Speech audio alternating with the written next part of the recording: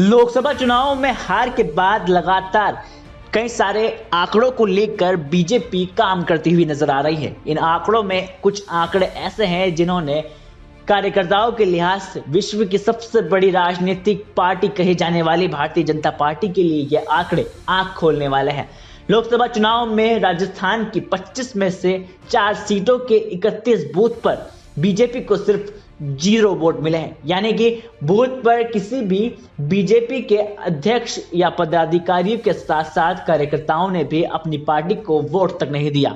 प्रदेश के करीबन 52,000 पोलिंग बूथों के आंकड़े को खंगालने की कोशिश की जाए तो उन्हों के बाद ऐसे तथ्य सामने आए हैं जिन्होंने राजस्थान में भारतीय जनता पार्टी को चौंका के रख दिया है।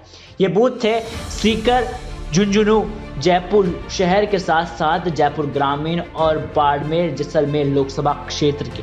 जयपुर शहर को छोड़ दे तो बाकी 3 सीटों पर भाजपा को हार का सामना करना पड़ा है।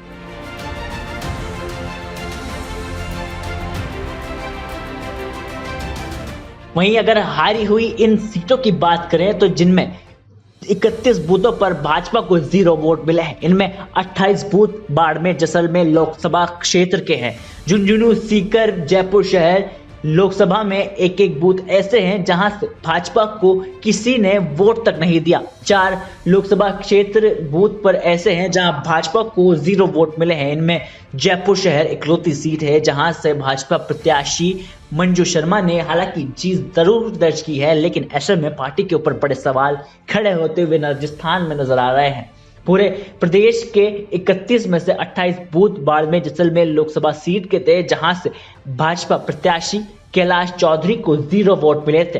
कांग्रेस के उम्मीदवार राम ने चौधरी को हरा दिया है। यहां से भाटी निर्दलीय चुनावी मैदान में थे और रविंद्र सिंह भाटी के फैक्टर के चलते बीजेपी को राजस्थान की बाड़मेर लोकसभा सीट पर सबसे ज्यादा नुकसान देखने को मिला है। ऐसे में तमाम ये जो समीकरण है ये कहीं ना कहीं भारतीय जनता पार्टी के लिए नुकसानदायक होते हुए नजर आ रहे हैं, क्योंकि जिस तरह से देश में 400 पार के नारे के साथ हुंकार भरने वाली भारतीय जनता पार्टी सिर्फ महज 233 सीटों पर ही सिमट कर रह गई। लगातार जो आंकड़े देश में आए और उन आंकड़ों के बाद भी राजस्थान की ये सूरत हुई, उनमें बीजेपी के कार्यकर्ताओं के साथ साथ पदाधिकारियों में भी उन बूथ अध्यक्षों की अब गलती मानी जा रही है। हालांकि इन पूरे मामले को लेकर किसी भी भाजपा के दिग्गज नेता की प्रतिक्रिया भी राजस्थान में सामने नहीं आई है। इस पूरे मामले को लेकर या इस पूरी खबर को लेकर आप लोगों की क्या राय है, हमें कमेंट बॉक्स में जरूर साझा करें। Bureau report, the fact India.